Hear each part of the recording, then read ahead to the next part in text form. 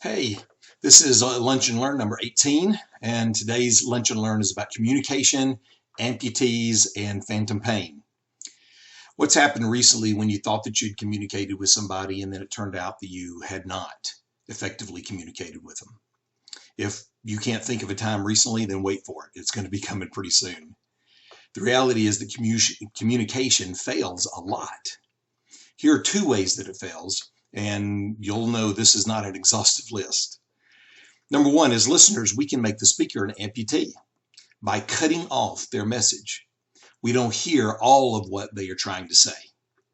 Suppose you're talking to somebody who appears to be listening, and then all of a sudden you see a shift in their eyes and a look on their face that just indicates that they disagreed with something that you just said.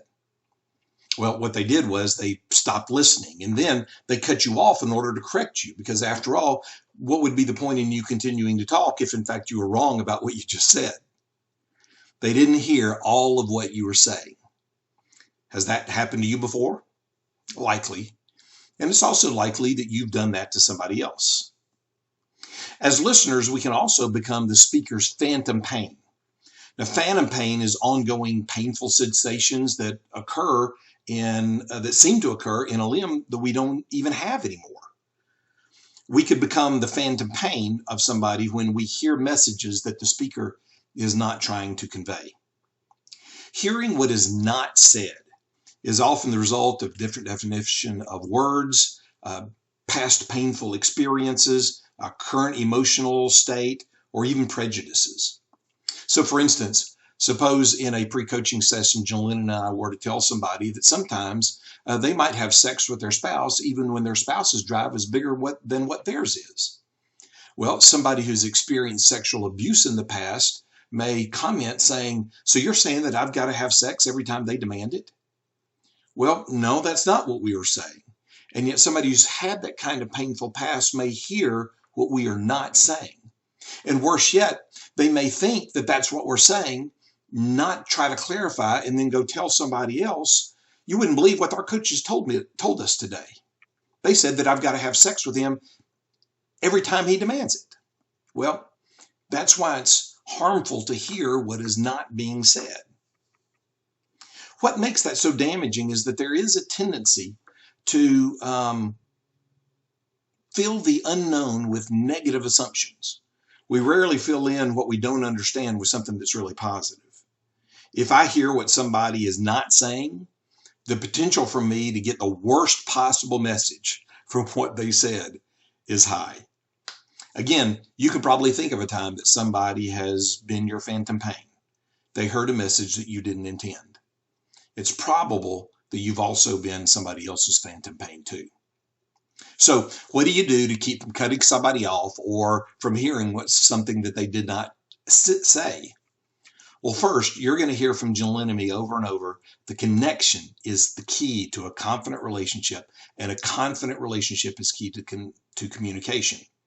The stronger your relationship is, the closer you are with each other, the better connection that you have with each other, the less likely you are to experience these faux pas.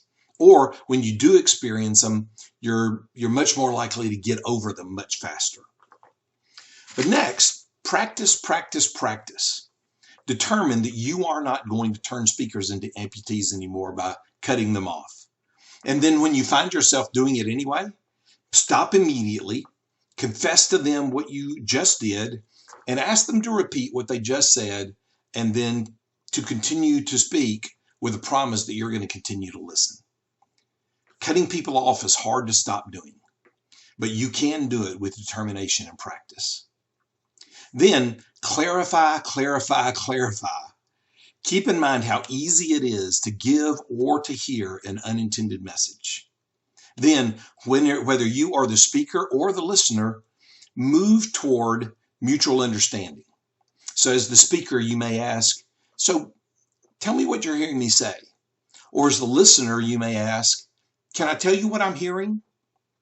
This can ensure that nobody is hearing anything that is not being said. We hope this helps. But remember, before you try these communication tools, connect, connect, connect.